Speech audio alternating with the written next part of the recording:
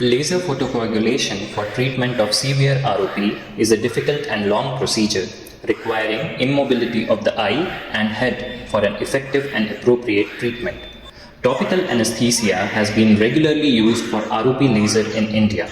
However, laser under topical anesthesia is stressful to the infants and can be associated with severe cardiorespiratory instability during or after the laser. Additionally, laser in an actively moving infant under topical anesthesia is technically challenging for the ophthalmologist and can result in inadequate treatment, particularly in larger or heavier infants. Severe ROP in large or heavy infants has been reported in India. Moreover, with increasing use of anti-VEGF agents in management of severe ROP, the large infants become larger by the time they may need rescue laser, making it even more difficult to perform laser under topical anesthesia. On the other hand, general anesthesia provides absolute immobility and appears to be less stressful to the infants and treating ophthalmologist. However, conventional general anesthesia necessitates endotracheal intubation and mechanical ventilation, increasing the risk of cardiorespiratory complications during or after the procedure. Post-operative apnea and the inability to wean off from the mechanical ventilation remain the most important concerns with the use of conventional general anesthesia in ex-preterm infants. A method which can provide immobility similar to general anesthesia without the need for endotracheal intubation may be the best choice of anesthesia for laser in ex-preterm infants. Technically, this may be done by titrating the spectrum of sedation between deep sedation and conventional general anesthesia.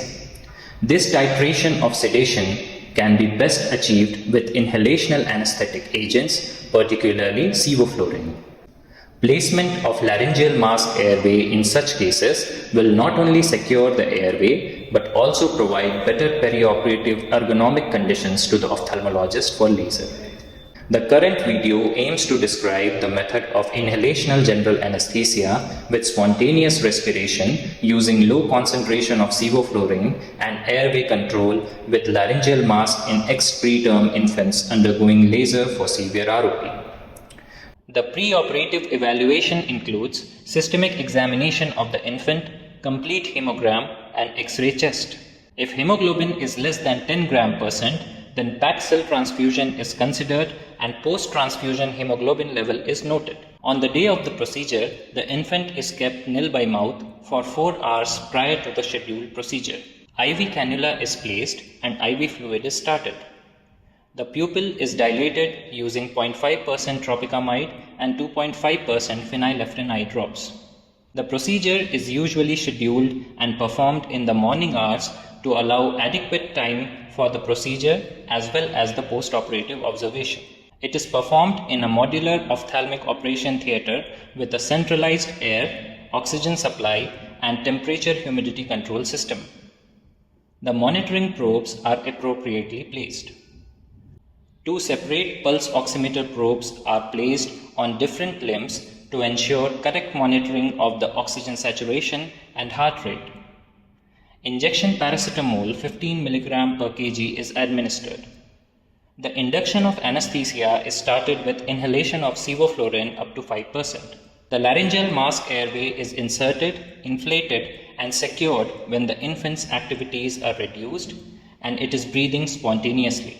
Now, the flow of sevoflurane is lowered to 2% and a combination of nitrous oxide and oxygen in a ratio of 60:40 is added. The laser is started after instilling proparacaine eye drop. In case of intraoperative apnea, the flow of sevoflurane and nitrous oxide is switched off and 100% oxygen at 2 to 3 liters per minute is continued. If spontaneous respiration is not restored in 20 seconds, then manual ventilation with flow inflated bag is started. Once the spontaneous respiration is restored, the sevoflurane and nitrous oxide are added again and the dose of sevoflurane is titrated to maintain spontaneous respiration and immobility. After completing the laser, sevoflurane and nitrous oxide flow is stopped and 100% oxygen is administered. The infant's movements and vitals are monitored. The laryngeal mask airway is removed when the body movements and protective reflexes are restored and the vitals are stable. The infant's vitals on room air are monitored in the OT, and stable infants are shifted to anesthesia recovery room for further monitoring. Feeding is started half an hour after the procedure. If the feed is well tolerated and vitals are stable, then the infants are transferred to NICU for further observation up to 12 to 24 hours. The limitations of current method of anesthesia are that the procedure of anesthesia and laser was performed in a modular ophthalmic operation theatre equipped with standardized machinery and protocols by a single anesthesiologist with 15 years of expertise in pediatric anesthesia. Additionally, the method has been selectively used for infants weighing 2000 or more than 2000 grams. Thus, generalization of the current observations to smaller preterm infants may not be appropriate at present.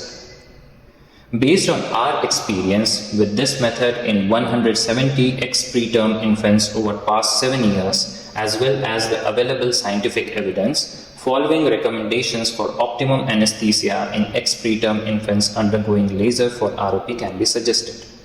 Use of benzodiazepines, opioids, skeletal muscle relaxants and endotracheal intubation with mechanical ventilation can be avoided as far as possible. Induction and titration of general anesthesia can be better achieved with inhalational anesthetic agents like sevoflurane.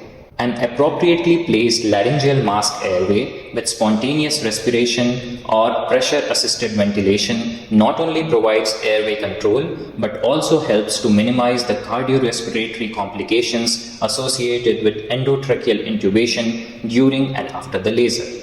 Under appropriate resource settings, laser for ROP, particularly in infants more than 2000 grams, can be safely performed under general anesthesia using sevoflurane and laryngeal mask airway.